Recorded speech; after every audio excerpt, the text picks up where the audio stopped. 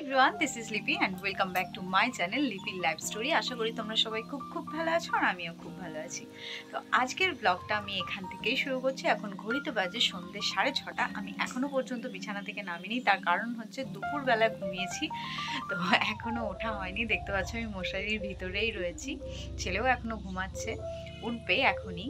তো আজকের একটা ব্লগটা মানে একটা স্পেশাল ব্লগ হতে চলেছে, কারণ হচ্ছে অনেক দিন হয়ে গেছে, শীত পড়েছে, এখনো পর্যন্ত কিন্তু আমাদের পিঠে খাওয়া হয়নি।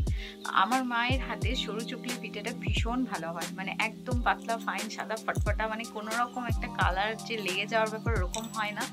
তো সুতরাং আমার ওই মানে পিঠেটা খেতে খুবই ভালো লাগে। তো সেই কারণেই বলেছি যে আজকে সেই পিঠেটা একটু মা বানিয়ে দাও সন্ধ্যাবেলা। তো চলো, আজকে মা সন্ধ্যাবেলা পিঠেটা বানাচ্ছে আর সেটা তোমাদের সাথেও আমি শেয়ার করে নিই। আমরা সবসময় যেটা ভাবি সেটা সবসময় হয়ে ওঠে না, আমার ক্ষেত্রে তো বটেই।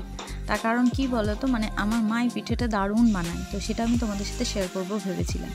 কিন্তু দেখো, আজকের দিনেই যখন আমি তোমাদের সাথে শেয়ার করতে গেলাম তখন এই পিঠেটা কিছুতেই ভালোভাবে উঠছিল না। তার কারণ প্রত্যেকটা পিঠের মধ্যে না লেগে যাচ্ছিল তাওয়ার সঙ্গে। কোনটা কোনোদিনও হয়নি জানো তো, এই ফার্স্ট টাইম মায়ের হাতে এরকম হলো।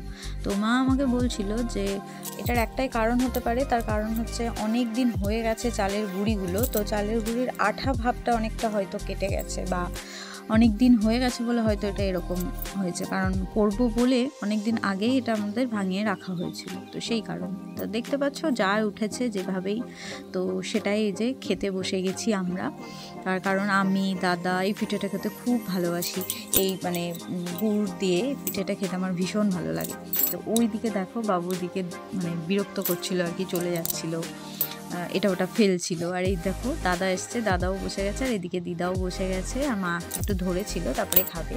তো তারপরে আমি আজ সকালের এই ভিডিও ক্লিপটা তোমাদের সাথে শেয়ার করে নিয়েছি। দেখতে পাচ্ছ ভোর 5:21 তখন দাদা বেরিয়ে যাচ্ছে, মানে তারও আগে উঠেছে। এদিকে দেখো দাদা দিদাকে বলে যাচ্ছে, কারণ দাদা আজকে কলকাতা গেছে। কারণ জানো আজকে সোমবার অফিস জয়েন করতে হবে, আর জয়েন করতে গেলে এখান থেকে বেরোতে গেলে ওকে এরকম ভোরেই বেরোতে হয়, নচেত ওর ট্রেনটা পাবে না, মানে ফার্স্ট ট্রেনটা পাবে না।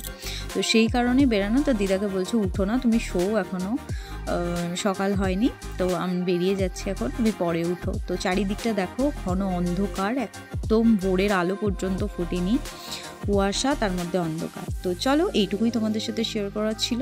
তো দেখা হচ্ছে নেক্সট ভিডিওতে, ততক্ষণ পর্যন্ত ভালো থেকো, সুস্থ থেকো, আর ভিডিওটা ভালো লাগলে অবশ্যই লাইক কমেন্ট করো, আর চ্যানেলে নতুন হলে অবশ্যই চ্যানেলটা সাবস্ক্রাইব করে দিও। তো দেখা হচ্ছে নেক্সট ভিডিওতে। তো চলো, টাটা, বাই বাই।